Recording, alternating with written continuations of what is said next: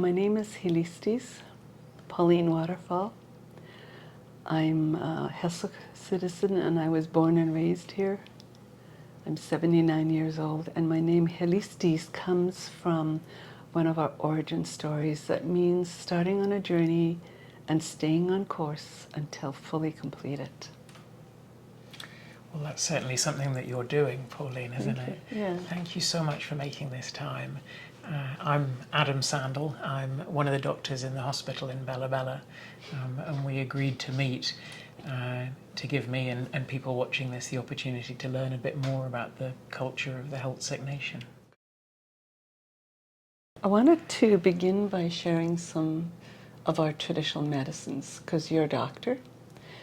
And one of my dreams is to be able to incorporate using Heiltsuk medicine as one of the tools for treating maybe some sort of psychosomatic type cases, or some chronic cases. So I wanted to share that with you. I love that. So I want to begin with asking you, what do you think that is? Just feel it, smell it.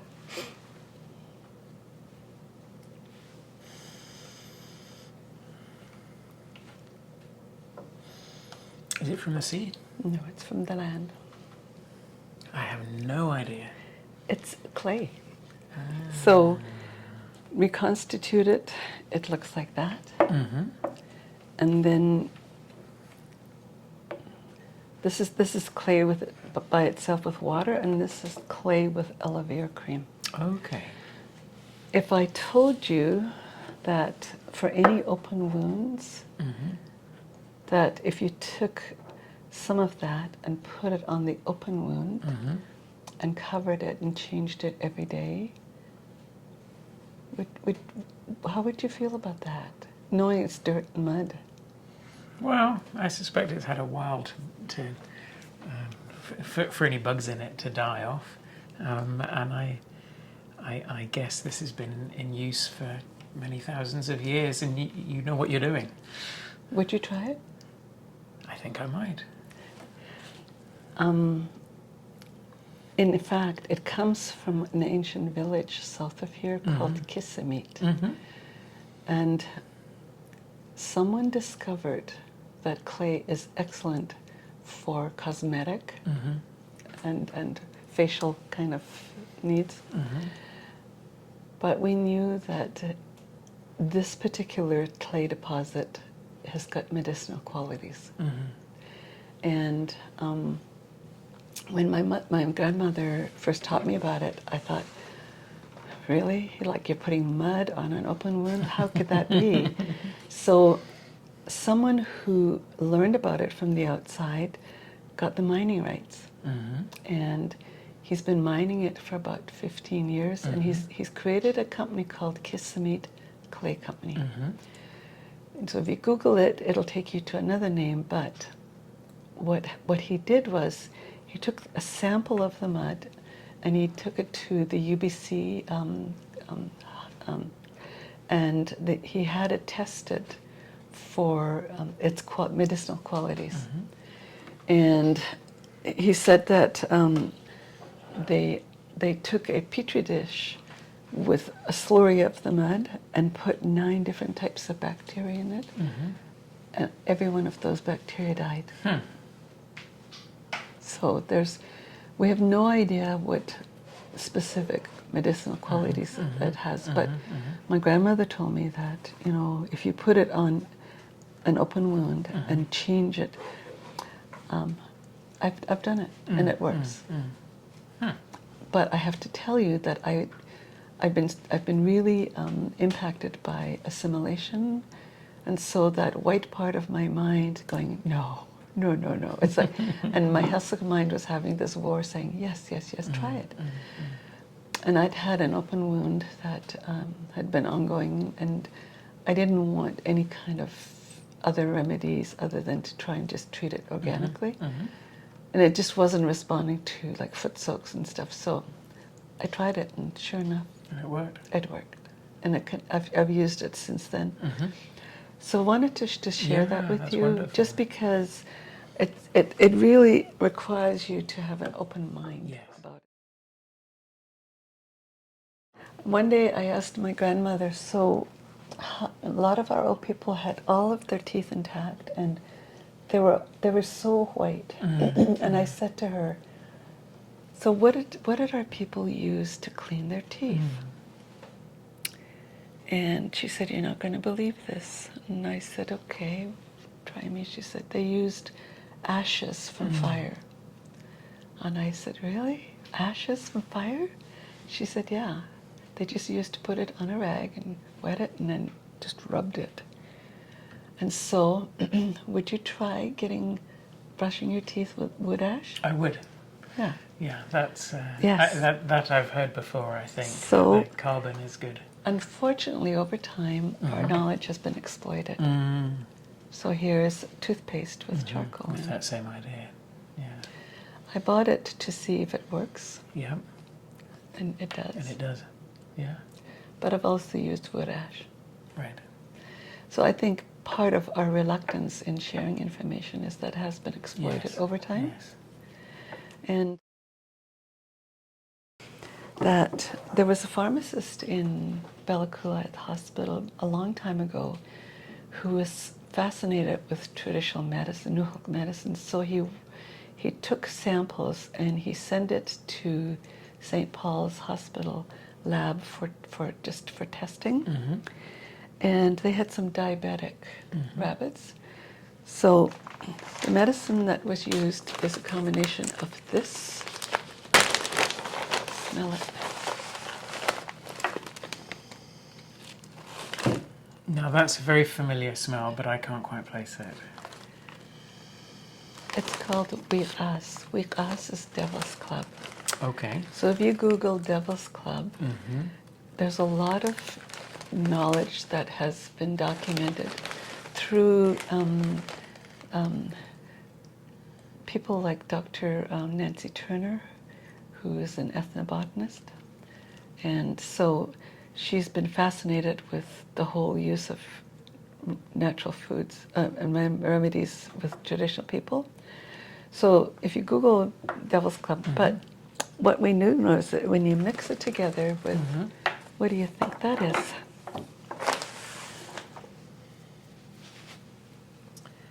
Is it a birch? Yeah, no, No. it's not. Look at the color. I mean, it looks almost like cherry, the kind Yeah. of shiny outside to it, but I don't know. It's alder. Okay. And alder, see the color is red? Our people learned by observation, and they knew that the color associated with something in your body that needed to be reinforced. So blood is red. So any blood disorders were treated with alder as a tea remedy. Mixing two of them has been a great antidote for diabetics. And I've had diabetics in the past come to me to ask for medicine only when their diabetes could not be controlled. Right. Because they'd gone to the doctor, Yeah. it continued to escalate. And as long as they took this and refrained from the foods that were causing the problem, they were fine. You know, the sugar levels were managed.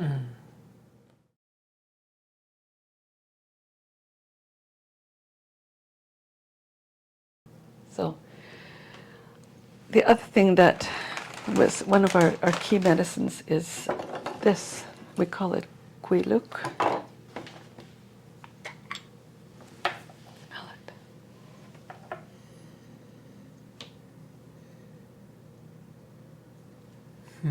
There's a eucalyptus kind of smell to it. It's pine. It's pine. My nose is clearly not very good. Of course it's pine. Wow. So again, our people observed. I said to my grandpa once, he was a goat hunter, so he used to climb mountains nearby, and he said that one day he was up there waiting for a goat to come along and sort of in hiding, and so he observed several animals going to a tree, and rubbing themselves against the tree. And so after some time, he went over and he realized it was a pine tree where the sap had been running. And when he looked at it, he said there were different types of animal fur that were in the gum. So animals need to use this as a remedy. Yeah. So it's a remedy used for skin problems. Again, for any boils, it has this ability kind of just to draw out infection. But a lot of people are allergic to it because it's strong. It irritates the skin. So we mix it together with Vaseline or aloe vera or other creamy. Oh yeah, I can really smell the pine in that. Yeah. So this was made at the school by the children because they're learning. When the missionaries and the missionary doctors first arrived, and when our culture was outlawed, we weren't allowed to use our medicines. They were scorned, and we were made to believe that they were ineffective. But in reality, if the evidence that we have that demonstrates our continuous occupancy for 14,000 years is such that it's 700 generations, we now know that all of our systems were intact, including our health and our medicines. So one of the things that happened was that Dr. Darby, who was here for 48 years, he asked our people not to use the medicines. He said that they're not effective, and that they were just, just to ignore them and really put them down. And every time he knew that somebody was using medicines, when we were raised and we used medicines, we were told never to admit if we were asked by the doctor, especially if we had some condition that was sort of chronic. So there's a story of, my grandmother told me a story of her having some kind of a knee problem, so she had a lot of water build up and it was really inflamed. And so they were trying some remedies of the day and nothing was helping. So she used a Heiltsuk remedy, and she explained how it helped the problem. And so she went back to see the doctor for a follow-up, and he asked her what she was using, and she wouldn't tell him. And he was angry because what happened was that he worked with the outside agencies to share anything that would be of benefit to the greater society. So that was, besides the fact that it was banned, it was also this whole exploitation that happened. And you've just explained, I think, an experience that I've had from time to time when patients have been telling me, when patients have told me that they're using, in their words, Indian medicine. And I've always had a sense that there's a moment of trust there, and I understand now why that is. That's right. And tell me what I can do as a healthcare worker here. When people say that, I'm always interested to learn a bit more about what it is they're using and how it works. But what more than that can I do to support people's use of traditional healing? I think learn yourself. Reach out and learn. There's a program at the health center called Connecting Community to Culture, and Dora Hopkins is the coordinator, and she will go out on medicine gathering trips. Okay. And will teach how to make medicines and what they're for. Also, the school has a program, the SEAS program, and Johanna Walker will take children out and with the elders to go and collect medicines and teach the children. This came from them. Right. And so an elder will go and teach them how it is. And that particular option is limited in that children, you can only kind of use generic, something that won't really be harmful or anything. It has some. There's some medicines that have side effects, you know, but ask. So, like, find out who the traditional medicine makers are. So I would ask, like, so, you know, I said to Dr. Shearer in the past, I phoned her when somebody has come to me and I know there's got a chronic illness, like, say, diabetes, out of control, or cancer. So I've emailed her and said, is it okay if I make medicine? So I think there's an opportunity to collaborate, you know, in situations. Certainly, certainly over time, because of our intergenerational traumas, I know that there's a lot of psychosomatic, you know, problems and illnesses that really have no sort of, you know, causal factors other than just this trauma. Or at least none that we doctors understand. That's right. That's right. So I think in situations like that, we have ceremonies, and so I think that I would encourage you, if you've got somebody who's, say, suicidal or really depressed, and none of the Western medicines are working, just ask if the person is willing to try some Heiltsuk medicine. Call it Heiltsuk medicine.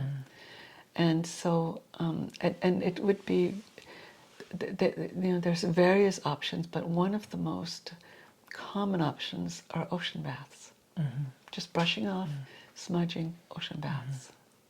Very unobtrusive and very, very calm and very peaceful, and the cedar baths.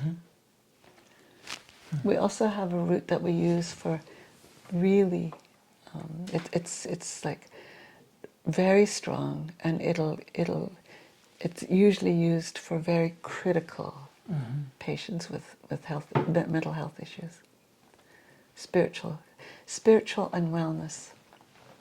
That makes sense. That's good to know. And to call it Heiltsuk medicine. Yes. That's great. And also, you know, keeping in mind that when you're talking to your patients and you suggest this, that you may have some pushback, because we've had at least 5 generations of being told that our medicines are witchcrafting, or they're bogus, or they're superstitious. And People take that on board. Well, that's what Dr. Darby used to say. His time here was a mixed blessing, because he helped us during times of, you know, epidemics and other serious illnesses like tuberculosis. But he also really ruled over us like a demigod. He was the judge. He was a magistrate, so he would hold court. And he was also the preacher, so he could marry people. And he was the doctor, and so he was the plumber, you know. But everybody regarded him as if he was on a pedestal, and that everything he said was how it was to be. So, like, Waite was right. Yeah. When was his time? He was here until the 1960s. He was here for 48 years. Right. He came here as a student doctor, and then he came and did his residency here, and then he just stayed. But he debunked almost everything. He worked as a liaison with the Indian agent who lived in Bellacoola. Right. And so if he knew that we were practicing anything that was culturally, you know, sort of based, he would report it out to the Indian agent, and the Indian agent would come and intervene and tell us that if we continued, we would be charged and sent to jail.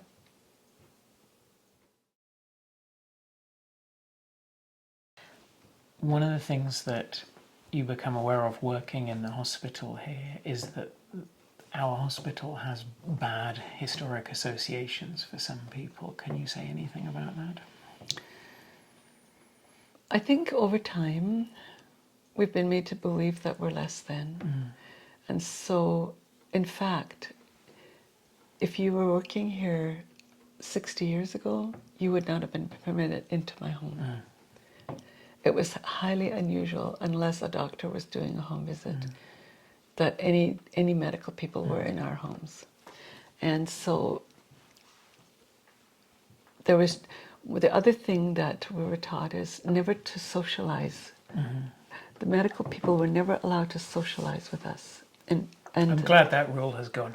yes, but it's in us genetically. That memory is in us. So when I was growing up, the hospital compound was completely fenced off, and it was off limits after 6, and you couldn't attend or go there unless you had a medical emergency. And there was absolutely no social interaction between the medical people and the community.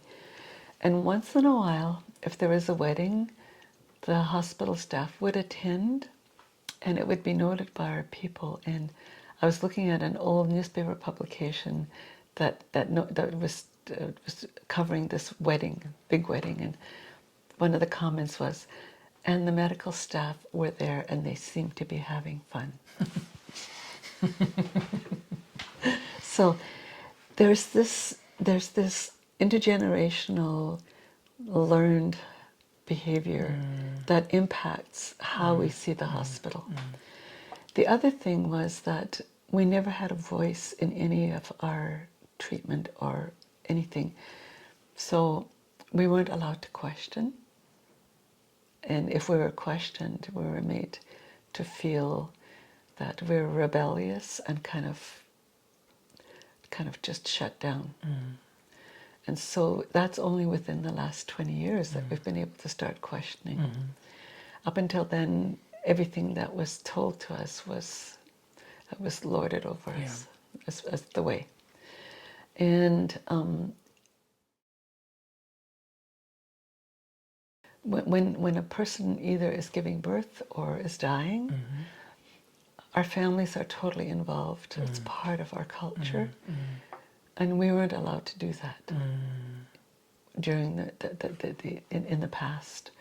And so if a baby was born, any interaction had to be outside of the hospital. And we really had to struggle when somebody was dying, as you saw when my mother was dying, that we have cultural and mortuary teachings that we adhere to. And we couldn't do that for those 50 odd years, maybe longer. And tell me if I'm getting this right. I think we see that in our long-term care facility, where people are not necessarily dying, but in the later years of their lives, and families are very involved and want to be very involved, want to be consulted, value having family meetings that are much more weighty events where there's lots to say and chew over, and I think actually very good for grounding us in terms of what it is that we're trying to achieve for people in long-term care. And I think that can apply to all patients, where there's chronic or issues, but definitely with the long-term care, because our practices have changed. In the past, we would have had, like my mother lived in her home till the very end. That was normal. And it was normal for extended families to be together. That was normal. And so the longhouse structure in itself lends itself to that intergenerational dynamics of familyhood. And so this new way of involving family really is medicine, because it's healing that time when we weren't allowed to be involved. And it really is empowering families to become more involved and more responsible and have direct care. Whereas in the past we weren't allowed. And advocacy, a lot of it, I think, is people advocating for their family members, which actually I think is a wonderful thing. Yes. Can I tell you a story of my uncle when he was a hereditary chief, and he was fairly old, and I used to stop in to check in on him. He and his wife lived alone, so one day I walked in at my lunchtime coming home. I thought I better go and check on Uncle. And so I went in, and it was a day like today, and the house was just like a sauna, and he had 6 jackets on and a big blanket. And I said, "Are you sick?" He said, "I am." He said, "I've gone to the hospital, and they just tell me there's nothing wrong with me." And so I said, "How about if I take you down?" He said, "Well, they'll just turn us away again." And so we went down. I convinced him to, and this older doctor that I had never met before came, and my uncle said he's the doctor who saw him the previous time and sent him home. And so so I was in the emergency with him, and it was clear that Uncle was really ill. He had a high fever and he was chilled. And the doctor dismissed him and said, "I think you just have constipation. I think that, have you been drinking? Have you been eating well?" And I said to the doctor, "Why are you asking him that? You know, I know that you've seen him already. Why are you not treating the problem?" And he said, "Well, because I read his files and I noticed that he used to be an alcoholic." I said, "He hasn't had alcohol and drinking for 20 years, and you're still treating him as an alcoholic, so you're dismissing him." I said, "He's very ill, and I urge you," I said, "you need to help him." And he kind of brushed me off and just said, no. I said, "You know what? If anything happens to him and he dies, I'm going to sue you." It was only then that the doctor took notice. And then he realized that there was a serious problem. So they medevaced him and he died in Vancouver. Oh, Pauline, I'm so sorry to hear that story. So that's the kind of, situations that we deal with. And you think that it's a current, like a historic problem, but my husband went to he had some wax buildup about a year ago. And it was just a routine flushing that he was asking for. But the first thing the doctor asked him was, "Are you an alcoholic or do you do drugs?" And he said, "What does that have to do with my ears?" So we need to stop making those assumptions, and to treat the problem rather than whatever the historic situation is. And is this right to say, because of course we sometimes do need to ask people about their alcohol use or their drug use, but we need to do that in a way that is sensitive to the history and I think even if you just say, like, "I'm required to ask you this," and it's got nothing to do with it, it's not a reflection of what I feel about you. Just to act, just to say it that way, and just to, rather than out of the blue say, "Are you an alcoholic?" And it's not the first question you ask anyone, I know.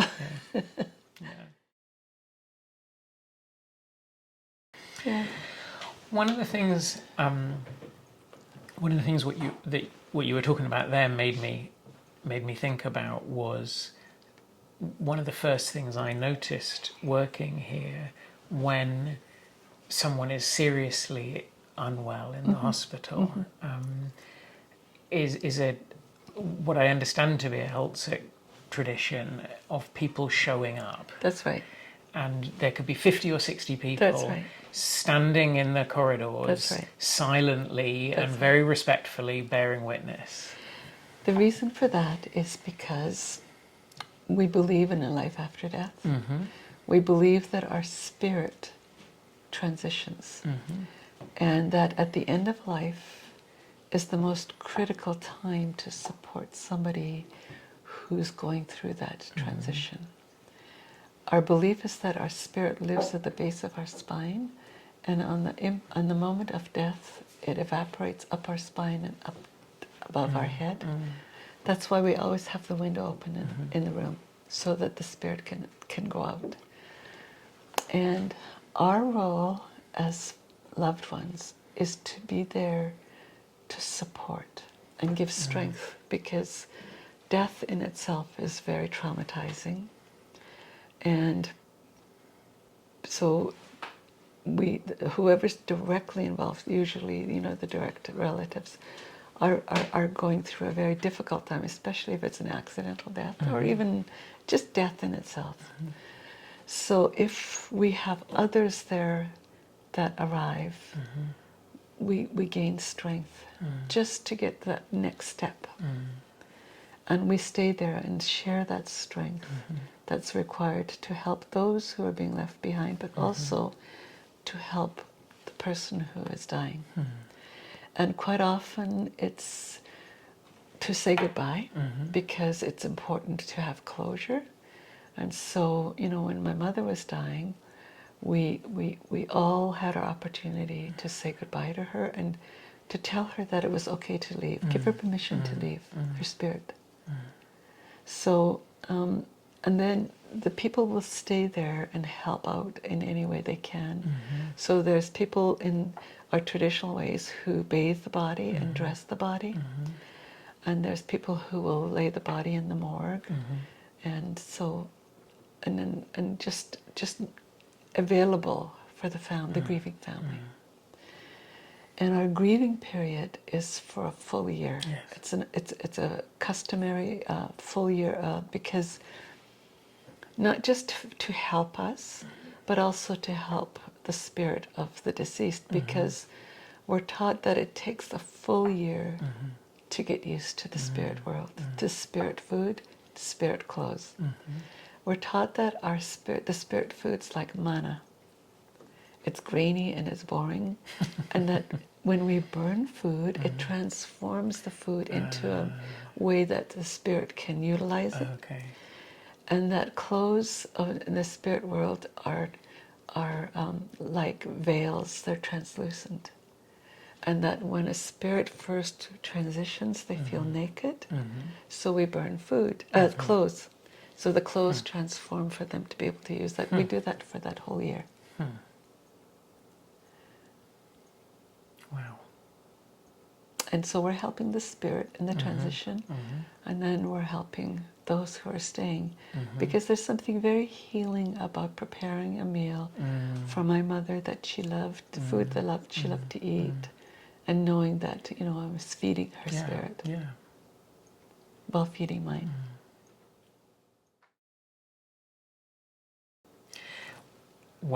If it's okay to talk about your mother passing, when your mother died, you were very generous to me in explaining to me your traditions and welcoming me into some of the observances that you were making. And actually, that's been more widely my experience of Heiltsuk people. Right. I wasn't sure when I first came here, as someone who hadn't worked in an indigenous community before, how welcome I would be. And what I found was I was very welcome, and people were keen to teach me about tradition and values and beliefs, and to invite me into things that were happening. Right. And I think that's a part of your culture, is that right? In part. We're very intuitive. Yes. You demonstrated for us that you could be trusted, and your mind and your heart were open. If you were closed, it would be really difficult for us to develop this trust relationship with you. But because you were open, and you may have asked a question to indicate that you're wanting to learn, or you may have gestured by bringing a sandwich because you knew I'd be hungry at the hospital, or anything like that. Just, it's almost like an unspoken protocol. We know intuitively who to trust, and that comes from generations of trauma. And it's almost like we have this radar, this radar to be able to know who to trust. And So when you arrived and your mind, it was clear that your mind was open, that you were respectful, that you didn't impose yourself on a situation where it was really difficult because we were coming to the end of her life. But you were just there present in case we needed you. And just by that very nature, we knew that we could trust you. And when one of the things that's really important for us is we have to give thanks. We have to share what we have. And so we knew that you were leaving, but we wanted to acknowledge that you had supported us during this very difficult time. So we gave you the gift that you received, just to thank you. And therefore, almost cementing our trust in you. Well, thank you for saying that, and thank you for the gifts you gave me at the time. That means a great deal to me, and I'm just thinking that the learning there is the onus is on us, and not on you, to show that we deserve your trust and your respect, and then doors will open. It's very organic. As soon as you demonstrate that, we respond accordingly. But we also will be very closed for anybody who's not. Like the doctor I was mentioning to you that dealt with my uncle, he was just very rigid, very uncaring, disrespectful.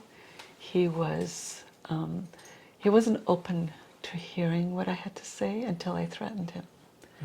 I shouldn't have to do that.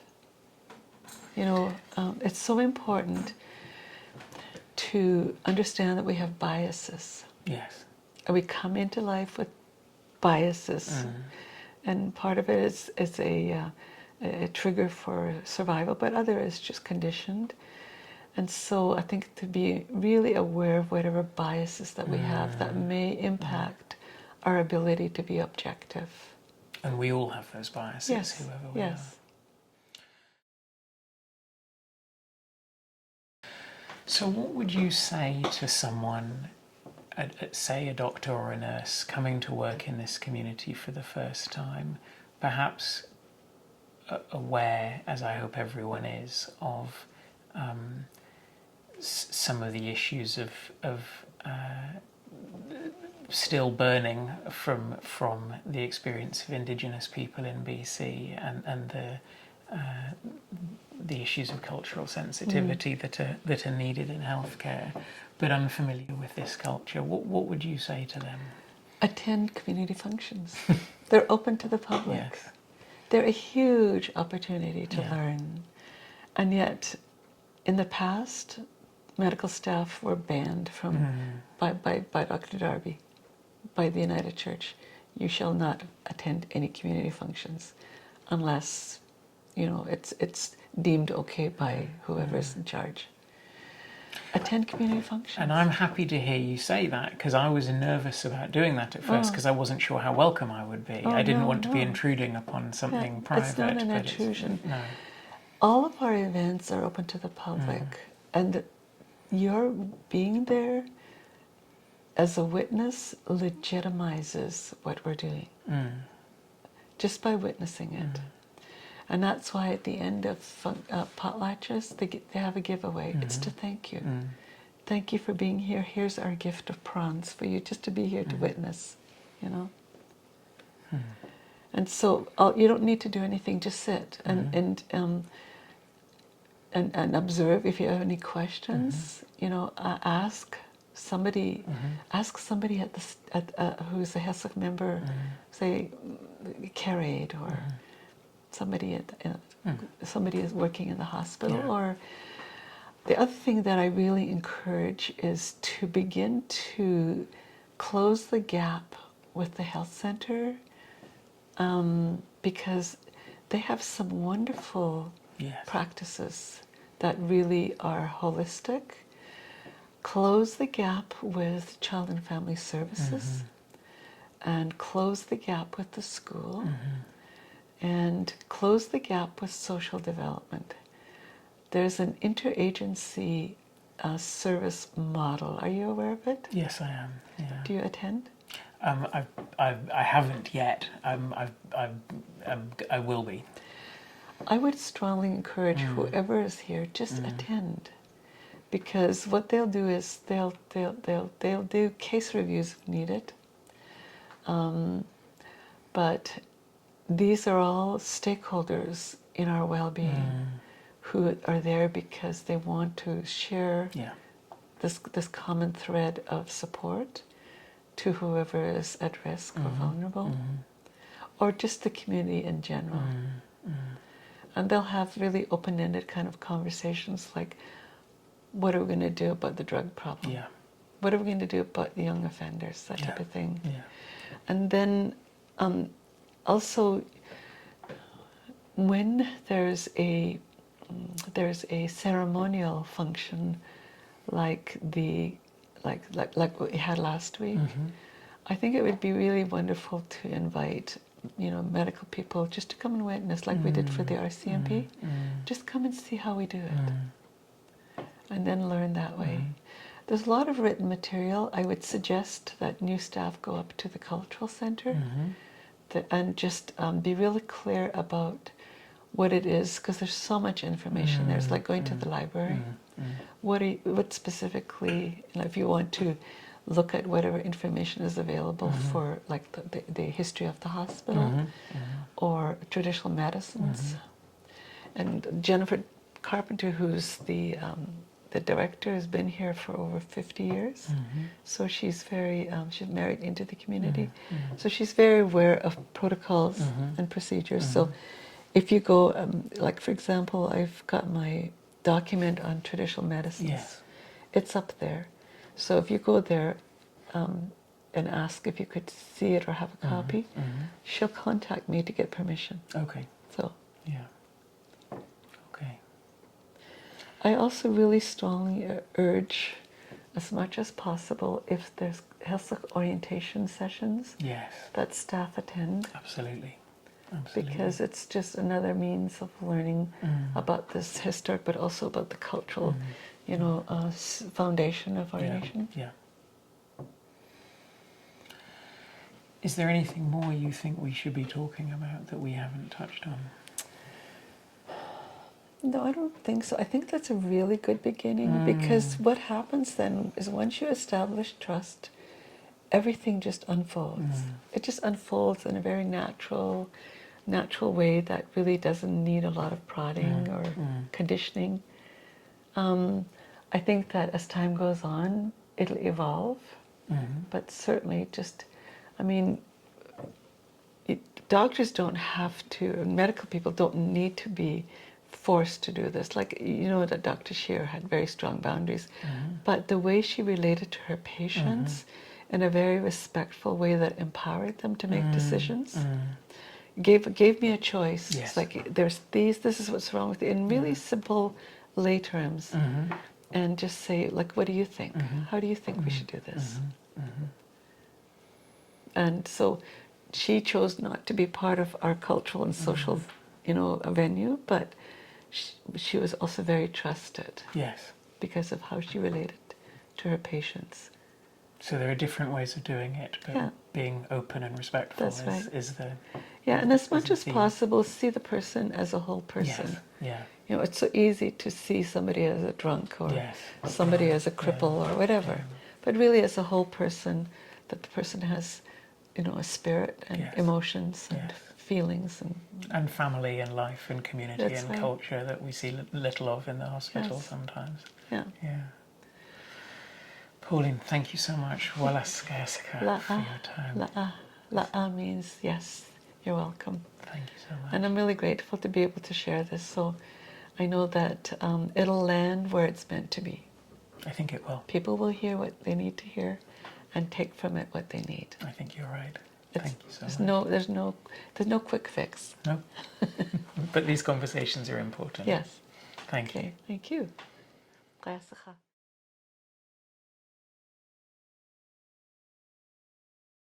Kayasaka Sarju. How about we introduce ourselves? Yeah. And then talk about, why don't we just be organic? Okay, that's good for me. And you can ask me questions. Okay, Okay. that's fine. But